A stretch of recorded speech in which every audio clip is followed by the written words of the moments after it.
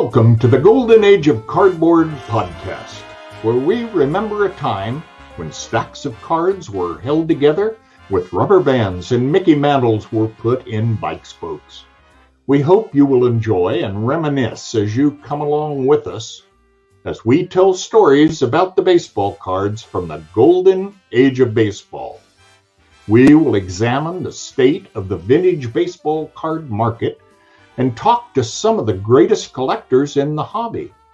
You won't be hearing us talk about any chrome or shiny cards here.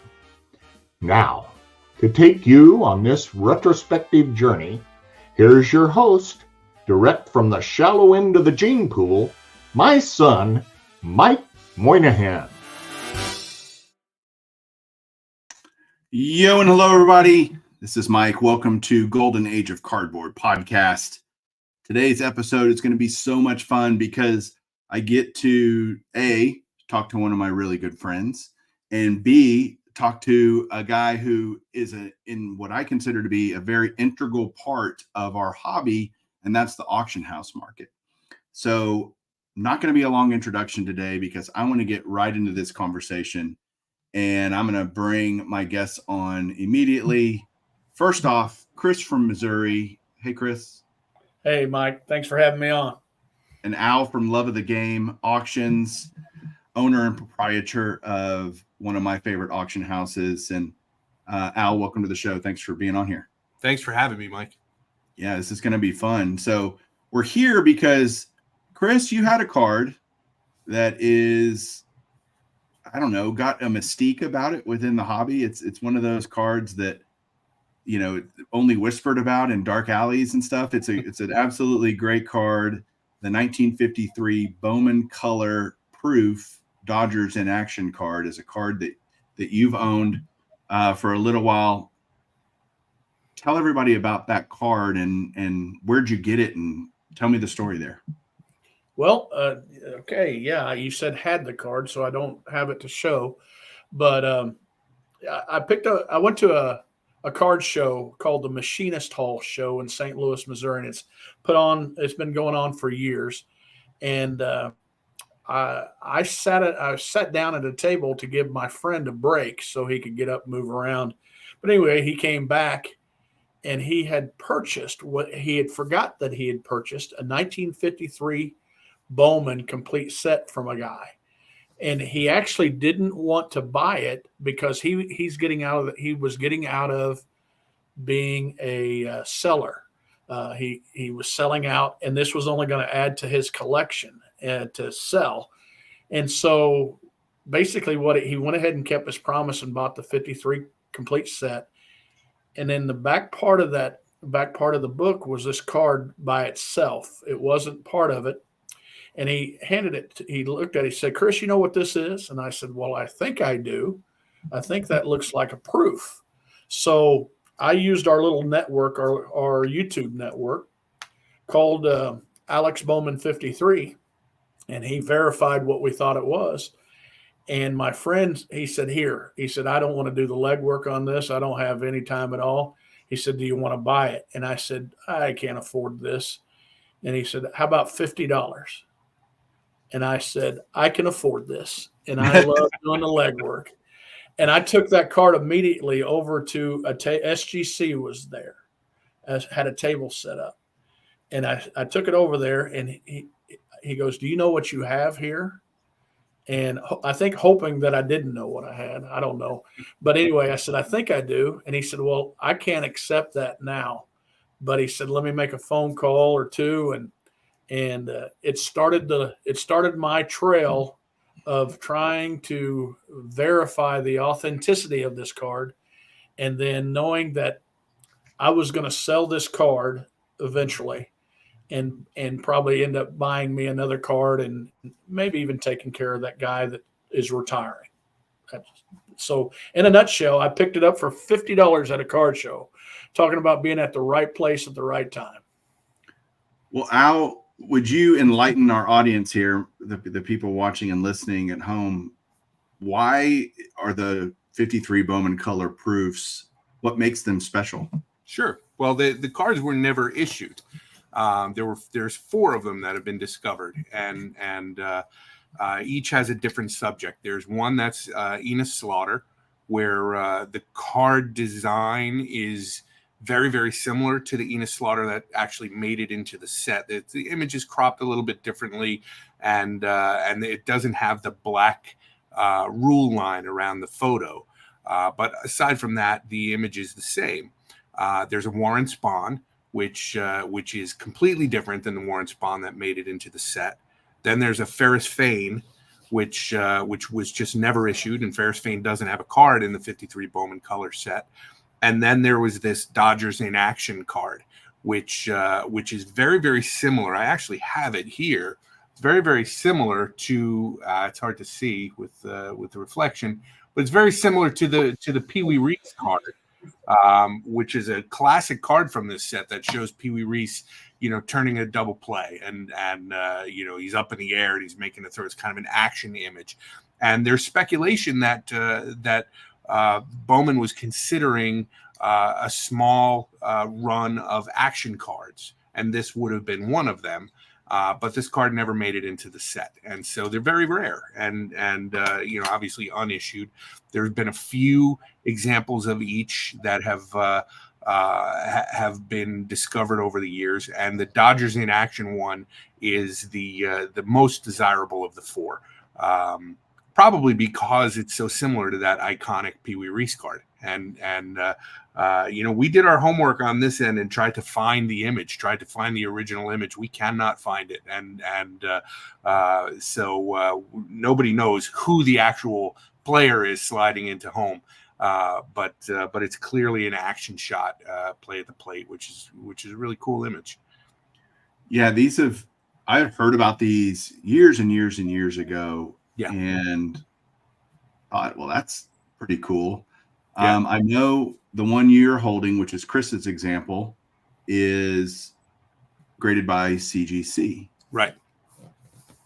Wasn't graded, tried to get graded by SGC. They turned it down. PSA turned it down. Although I'm aware that there are several that are in PSA holders. Yeah. And what's the reason why the other card companies will not slab them? I wish I had an answer for that. My original speculation was that the cards maybe were uncatalogued, but they're actually listed in the standard catalog.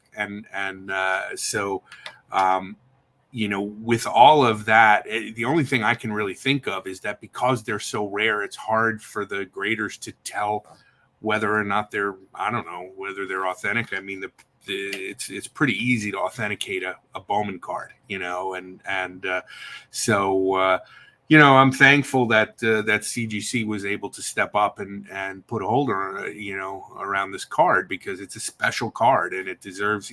There's a segment of this hobby that just feels more comfortable making a purchase when it's already in somebody's holder, when it's graded, and it's good that. We can get into whether or not the grading companies are leaving some important work behind by not authenticating these kind of cards. That's kind of what they're supposed to do. So it was a little bit disappointing to me to learn that the PSA and SGC weren't interested in holding this card. But the bottom line is that it's what it's purported to be, and thankfully CGC holdered the card. Yeah, I would think there'd be some concern about liability, especially for PSA. They do have their authenticity guarantee. If you bought it and it came back that it wasn't real for whatever reason, it slipped through the cracks. Although a card like this, I think if it got to PSA, they would give it severe scrutiny. It wouldn't just be your standard, 2023 Topps card coming through the door. Right. It would get more attention. Hey, let's really make sure we get this one right, and that to me would negate a lot of that liability if they really did their due diligence and did the right thing. So that's disappointing to me as well, that when Chris was telling me the story of, and having to go jump through all these hoops with these companies and telling them that, these are real, and PSA especially, they've graded them before. Why would they, why would they now say, nah, we're not going to do that? I think it's a liability thing. which bothers me. But I feel like within the hobby right now, we're in this kind of funky place where there's this boom that's happening, where there's all of this money in the hobby that's come in post-pandemic, and as a result of that, a lot of the companies that provide services to the hobby have sort of they've been able to be a little more picky about what they do, because the volume of material that's coming in is so great. So, as an example, one of the things that I've been complaining about for years now is that there's no new standard catalog. The standard catalog hasn't been published since 2017. Nobody really even knows who owns the standard catalog anymore, and the grading companies look to the standard catalog for what they'll grade, right? So anybody who discovers a new variation, for example, it used to be that you would report those to the standard catalog. I've been doing that for years, but after Bob Lemke passed away, there hasn't been an update to the standard catalog. So all of these new discoveries just kind of go out into the ether.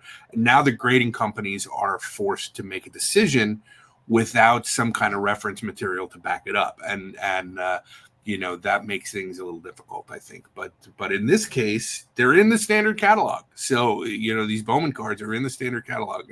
And so, I can't quite figure out, to me, there's no difference between submitting one of these proofs and submitting an actual 53 Bowman color card. They're both cataloged, and their authenticators should be able to, tell whether they're good or not. And it's not like they don't grade other proofs of different sets, Right. Whether it's the Topps 3D, 69 Topps 3D, or I'm trying to think of other examples of proof cards. Sure. There's tons of them. There is, right. I don't quite understand it, because it's not like there's been a rash of cards, of reprints of these cards or fakes that have made their way into the hobby. It's not like when you start to research this card, there's no indication that that's a thing. And so, it doesn't really make a whole lot of sense, other than, the companies are skittish about liability. And to me, we can sit here and question whether or not that's their job. But, at the end of the day, these companies each need to make decisions that are within their own comfort levels or comfort zones. And that's fine. I get it. We're comfortable with the card. CGC is comfortable with the card. I like the provenance of it. And it's clearly it fits the bill. It's the printing is right. The registration marks are right. The stock is right. Passes the black light test. It's we've looped it to death here, and it looks good. So we're comfortable with CGC's assessment. Well, Chris, I have an important question for you, because you're on here. You told us the story about the card. You don't have the card. Al has your card. Why does Al have your 53 Bowman color proof? Well, I tell you, that's a really good question, and I'm anxious to answer it. When I got this card, again, I reached out to our little YouTube community, and I posed that question to a few of the guys that I knew sold and bought cards at auction houses. So I'd reached out to Rick Oddball Cards. I'd reached out to Orlando, A Collector's Dream. And I reached out to Dave Berg. And again, I reached out to them after I was a little frustrated. I had taken that card with me to the National in a raw form. And, and I'm not going to bash any other companies, but at the National, I hit up Probstein, did not want it. They didn't spend much time with me, and you can kind of tell. I've been around quite a little bit. You can kind of tell when somebody wants to talk to you about it a little bit. And so, a couple of companies that I talked to at the National, they weren't really interested in talking to me, and I know they're busy and stuff. When I got back, I started making some phone calls, and Dave and the consensus was, okay, this is a unique card. For the Love of the Game Auctions does unique cards, and I had it narrowed down to Heritage, REA, and For the Love of the Game. That's who I had it narrowed down to. All three great companies, I'm sure. And when I got a little push from Orlando and Dave to lean toward For the Love of the Game. But when I called Al, the reason Al has my card now, it's I got a push from those guys, but the reason Al has my card is because of Al. When I called him, he was excited about that card. He knew what I was talking about, but I was talking to the man. I wasn't talking to some helper or worker or I was talking to, who, Dave would say, well, if you can get a hold of Al. Orlando said, well, if you can get a hold of Al. Well, I got a hold of Al. And he knew about the card. He was talking about that card like it was his own card. And I believe he's going to give it the attention that if it was his card or his mother's card or his great uncle's card, he's going to give that card attention. I felt like that with our conversation on the phone, and I feel like it now. And that's the reason Al has my card. That's all flattering. Thank you. Yeah. Well, I'm not really good at that whole flattering thing. It's hard for me to do that, but that is truly. Al's sitting there going, "What's this guy's name again?" Chris. Okay, Chris. No, you should, Mike. You should have heard he was on the road. When I first contacted him, he was on the road going to pick up some other cards, and he'd pulled over, and you should have been there and listened to our conversation. He wasn't begging me for anything. He was just saying, okay, do your due diligence. If you're comfortable, give me a call back. But here's what I'm willing to do, and here's what I would love to have that card in my hands. And our conversation that just it bleeded through, and there was nobody else. I told him, I said, I got to make 2 phone calls and I'll call you back. And I made 2 phone calls. I told them thanks, but no thanks. And then I sent it off to Al. So I'm thrilled to have it. It's a great card. And now that you do have it, Al, what's kind of the next steps? What kind of things do you go through when you have a card like this that you feel is special and unique and deserves some kind of extra attention, right? It doesn't come up for sale very often. Yeah. What kind of steps does your company take to highlight that card? So in this particular case, the card's going to stay with me. We've got an excellent staff here of really knowledgeable, passionate people who are talented at what they do. But aside from relinquishing this card to our photographer to have it scanned properly and all of that, the card is it's right here with with me. We specialize in stuff you don't see every day. We're not the biggest. We're probably the smallest of the catalog auction houses, but what I'm interested in is the hobby and its history and what makes the items unique and what makes them special, and not necessarily how much money they're worth. So because of that, we do get high dollar material here, but I think we're kind of the go-to for stuff you don't see every day. And so I feel like we're the perfect auction house for this card, because we do care about that stuff and the stories behind it, and how this card came to be, how this piece came to be, and what makes it important. What you don't see with us is a lot of flowery language, which is something that you do see in auction descriptions all over the place. We try and avoid that, and instead just be educational and explain what is this and why is it special, and why should you want to have it in your collection. And so, I think that makes us, the right place for this type of a card. And in our catalog, in our next auction, which will go live in mid-March, you'll see that there are a number of cards that you never see. Unique examples of things that are, not proofs like this, but new discoveries and rare variations and all kinds of stuff like that. That's the kind of thing that we do. So, how many, if you know this, I'd be curious, have you sold 53 Bowman color proofs before? No, Okay. yeah, I'm really excited about. I mean, it's always cool when it's the first time you've seen one, and these are cards that I was kind of vaguely familiar with. I knew that they were out there, and I knew that that they had been sold before, but I'd never handled one. So in that respect, just from my, I'm a collector. I'm a collector like the rest of us, and so. I focus on vintage stuff myself, and so when I see something like this, it's really interesting to me. And I mean, this is obviously why I started this company, is because I love this stuff, and so I was really, really enthusiastic. I was on the road. I travel.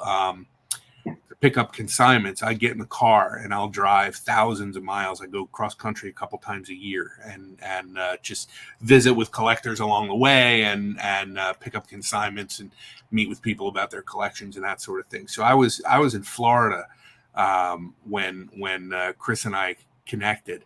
And yeah, I pulled over. I was in a Burger King parking lot having this having this discussion with Chris, I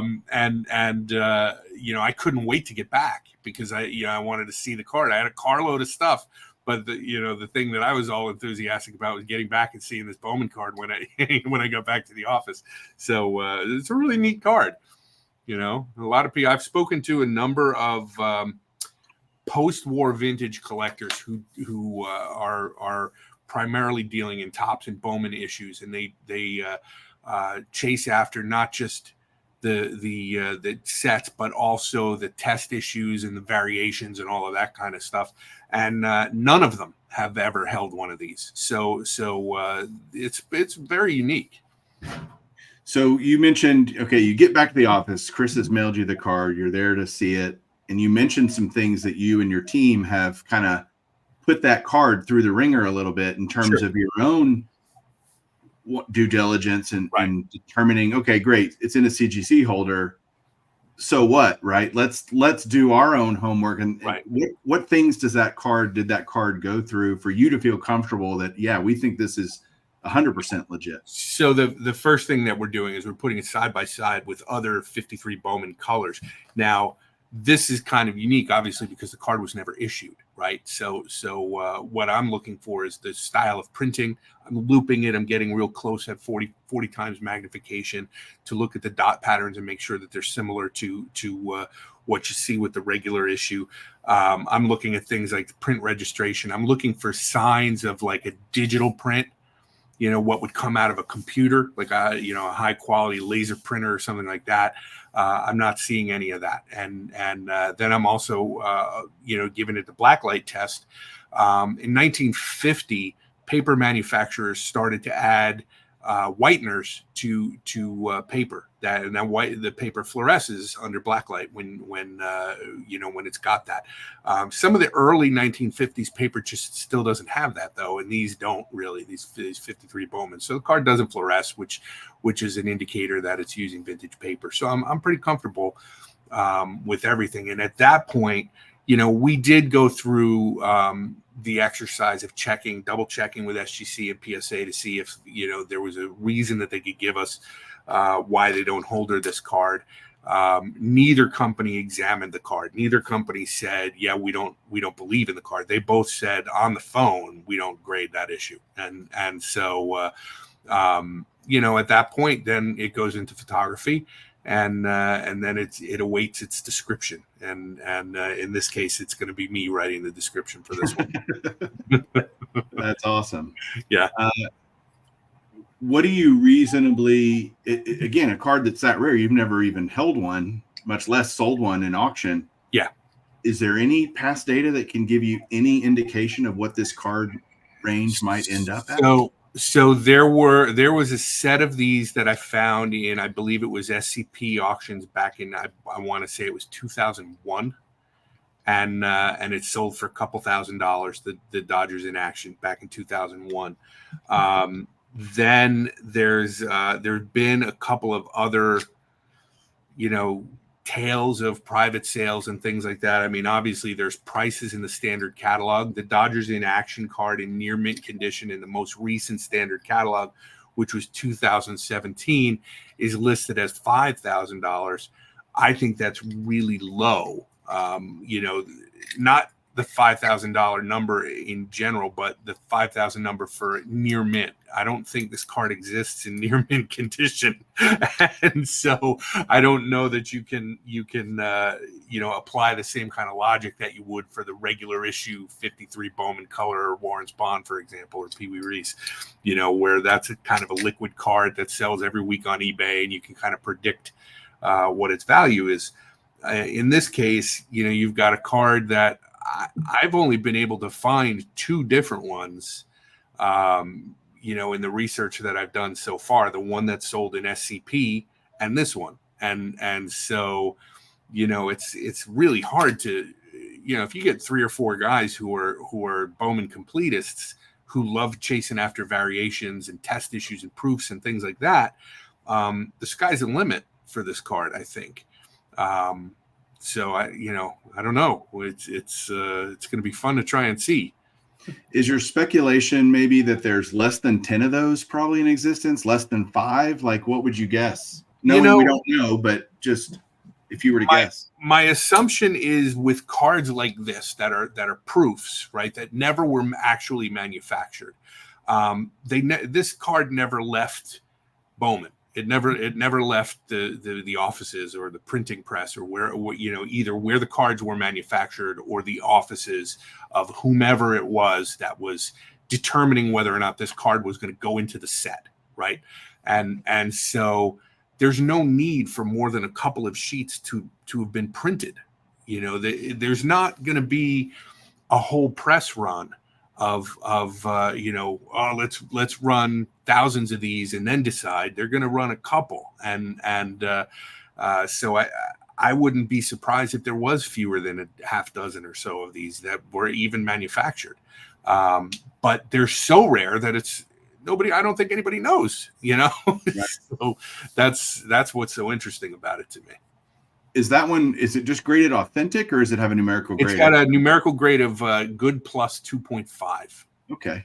Yeah. Which would make sense. If you have a proof that's in someone's office and they're handing it around to different people in the office, hey, look at this. What do you think of? Should this be in it? Yeah. That it would be a handled item and not stay in pristine. In fact, you'd be surprised if it was pristine. That would probably make you even more suspicious of the card. Right. Because you're like, wait a second, this card was meant to be handed around and guys looking at it and putting it up and do we want this one or this one? That would make me even more be like, man, that sounds too good to be true, right? Right. It's that's what one would think. Unfortunately, sometimes with cards like this, and there are examples of things like this through every card manufacturer where there's some weird anomaly that happens, they exist throughout the T206 set. There are 33 Gaudis out there that have, weird blue backs and are missing color passes and things like that. And generally the working theory on all of them is that these never were intended to leave the building.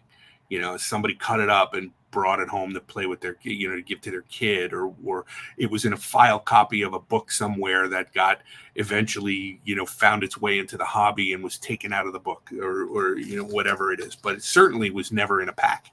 And this is why you don't see them.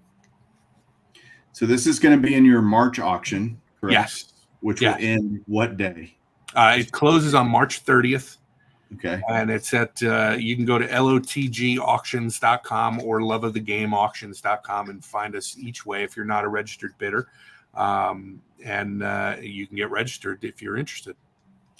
I'm a registered bidder, but I appreciate that. I want to ask Chris real quick, and maybe this will be good feedback for Al, although he knows so many people in the hobby. We're relative peons. No. But the point would be, Chris, why do you think because I get this feeling there's a general lack of trust maybe in auction houses, a lack of confidence for whatever reason. There's a lot of reasons that I hear from people, all of which I can punch holes in and say, I don't think that's true. My experience tells me that's not true. Chris, why do you think there might be some apprehension from people to use auction houses? I think it's carried over by guys like me. We grow up in the hobby collecting cards, and auction houses and stuff back when I was 10 years old and 12 years old, we would look on that with awe, and we'd say, "Oh, I can't afford that," or that there's going to be too many people looking at that. I can't afford that, and I carry that over from year to year. I've never purchased a card from an auction house, and there's also a lot of people out there that want to have that card in their hand if they're going to spend that much money on a card. They want to pick that thing up themselves and scrutinize it themselves without buying it from a picture. As far as the trust goes, I don't know. I don't know. So far, this has been one of the easiest things I've ever done to sell a card, or to try to sell a card. So I feel very comfortable, but I just think the auction houses were, to me, a mythical kind of thing that I would never, ever, ever in my whole entire life be able to do, and always, and would, and really believe they were out there. So, No, that's a fascinating perspective, and I get it. I get why you feel that way. And this is a double-edged sword for me, because for years I've been able to buy stuff at auction houses for what I think are incredibly good deals because of, I think, that baked in skepticism, concern, whatever it is that you're talking about with old school collectors.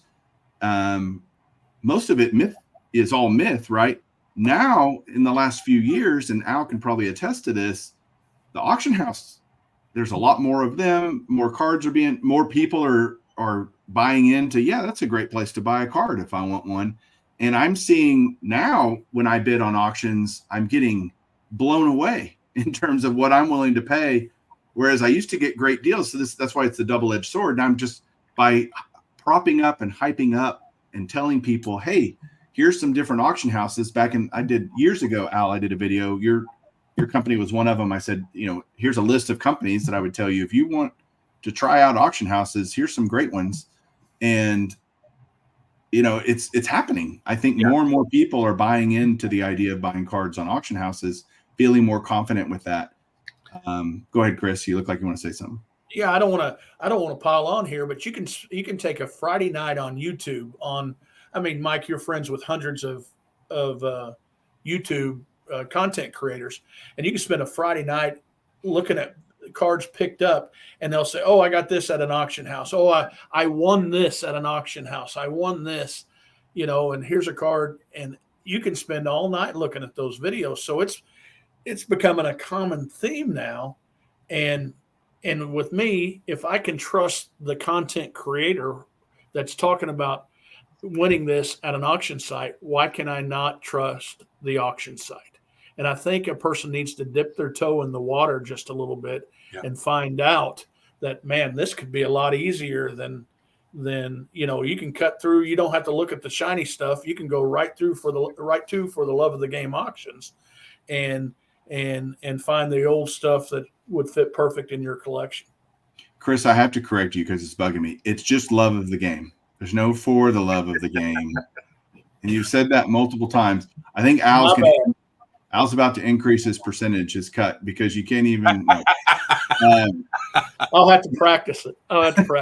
It's an interesting question, Mike. I think, we all come at the hobby from different places. And I think some of us who are of a certain age, who matured into this hobby before there was an internet, right? They discovered the internet as a way to collect, but we're buying through these mail order auctions, these mail auctions that were advertised in the pages of SCD in the 70s and the 80s, right? And a lot of those companies got with the internet and started auction houses, companies like Robert Edward Auctions, which were in business. They were in business in the 90s doing auctions through the mail. And then I think the internet, the technology of the internet, really gave people the ability to buy and sell that way.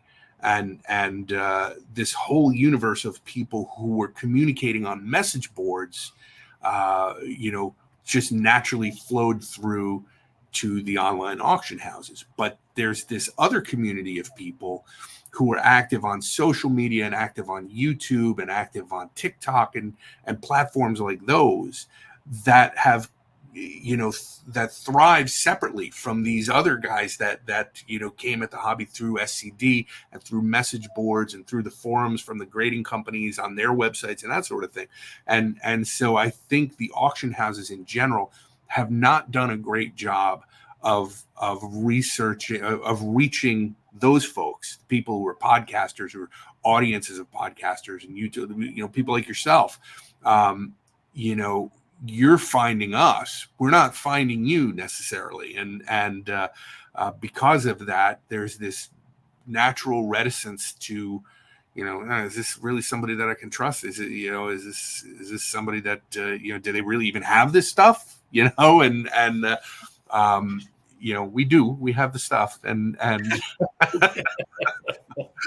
but there's also, I think, this perception, Al, that, especially for us old folks, we have this perception of an auction being, sitting at Sotheby's and you got, you're lifting your numbered paddle to make a bid, and that kind of thing. And I'm like, I just bought a George Kell signed 57 Topps card on REA last couple weeks ago for $50. I mean, there's everything. There's the full spectrum. Yes, there's the high end stuff, and yes, it's fun to just peruse it, eye candy, man, someday if I win the lottery. But there's plenty of stuff that can be bought for the everyday collector that they could really add to their collection and enjoy. Do you agree with that there's a huge spectrum out there? Unquestionably. I think, companies have done, there's the catalog auction houses, which print, and we're one of them. We print a full color catalog that goes out to our active bidders and things like that. So we have this, there is a limit to the on the low side of the prices, the values of the things we can sell. You put yourself right out of business printing a catalog full of $25 items. But at the same time, there's enough of that stuff in the auctions that there's something for everybody. And I like to think that things don't really slip through the cracks to that much of a great degree. But you do still occasionally find a bargain. And when you start looking at some of the auction houses that are not printing catalogs, that are running regular auctions, there's real opportunities to get every level of material, $5-10 cards that you can pick up in auction houses. There used to be a company in Massachusetts. You remember Rotman Auctions? I do. Never used them. I use them all the time. It was the first internet auction that I ever participated in. And there were no pictures of anything. It was all just text, and every lot started at $5. And I would just blanket their auction with bids on vintage cards. Oh, here's a stack of 55 Bowmans. Opening bid is $5. It includes Ernie Banks and Hank Aaron. Okay, that sounds good. And I would just place a bunch of bids, and once in a while luck out and get a little pile of cards in the mail. It's addictive. Totally addictive. Yeah. Chris, any final thoughts as we wrap this up? I'm excited for you. I want to put the over under. I think it's going to go for over 10 grand. That doesn't seem unreasonable. Yeah. That's where I'm going to put the over under. I'd love comments down below from everybody. Do you think over or under 10 is where the final hammer price is? Chris, any final thoughts? Since I've had this card, I've taken it to a show and put it in my showcase at a show and at a small one, and a dealer came up and offered me his tables for that card. And that's when I knew that I really had something special. He wanted to hold on to that card. He took pictures with that card. Wow. And I just said, okay, I know I have something here of value, and I'm excited for it to sell, and excited to watch it and watch the process. And I believe I have it in good hands, to tell you the truth, Mike. It's a lot of fun to watch the enthusiasm for stuff like this. We had in our last auction a group of 1921 Herpelsheimer cards that were it was previously thought of, the cards were thought of to be just only one of a kind, and there was a new find of 39 cards that we had in our last auction, including a Babe Ruth, and it was fun even when there was speculation about whether or not the cards were authentic. Not the cards we had, but the cards in general, the Herpelsheimer cards. And it was fun to watch. We were digging, but some other collectors were digging as well, and found some ads from 1921 for the cards. It's fun to watch the discussions happen. For me growing up, this hobby was a very solitary kind of thing. It was a thing I did by myself, and so it's always neat to see a community of people digging in and learning about a thing and sharing information and doing this kind of thing. What's the the over under on the card? Is it going to hit 10 grand or not? I'm hoping that it does. I think that's a good number. Well, I'll put this on the screen. Here's an article that was in the Topps archives not that long ago. This article was written in 2022, two years ago, almost to the day. And it talks about these proofs, and there's the spawn. There's the regular spawn that's in the set, the slaughter proof. And I'll put a link to this. If you're watching this on YouTube, I'll put a link to this archival article that you guys can go read yourself and go see. Even here's an article written by Sports Collectors Digest back in, when was that written? A long time ago, 20-something years ago. Yeah. And so that will be something that if you guys are watching this and you're fascinated by it, the link will be down below. You can go read even more than Al shared with you or Chris has shared with you so far about these proofs.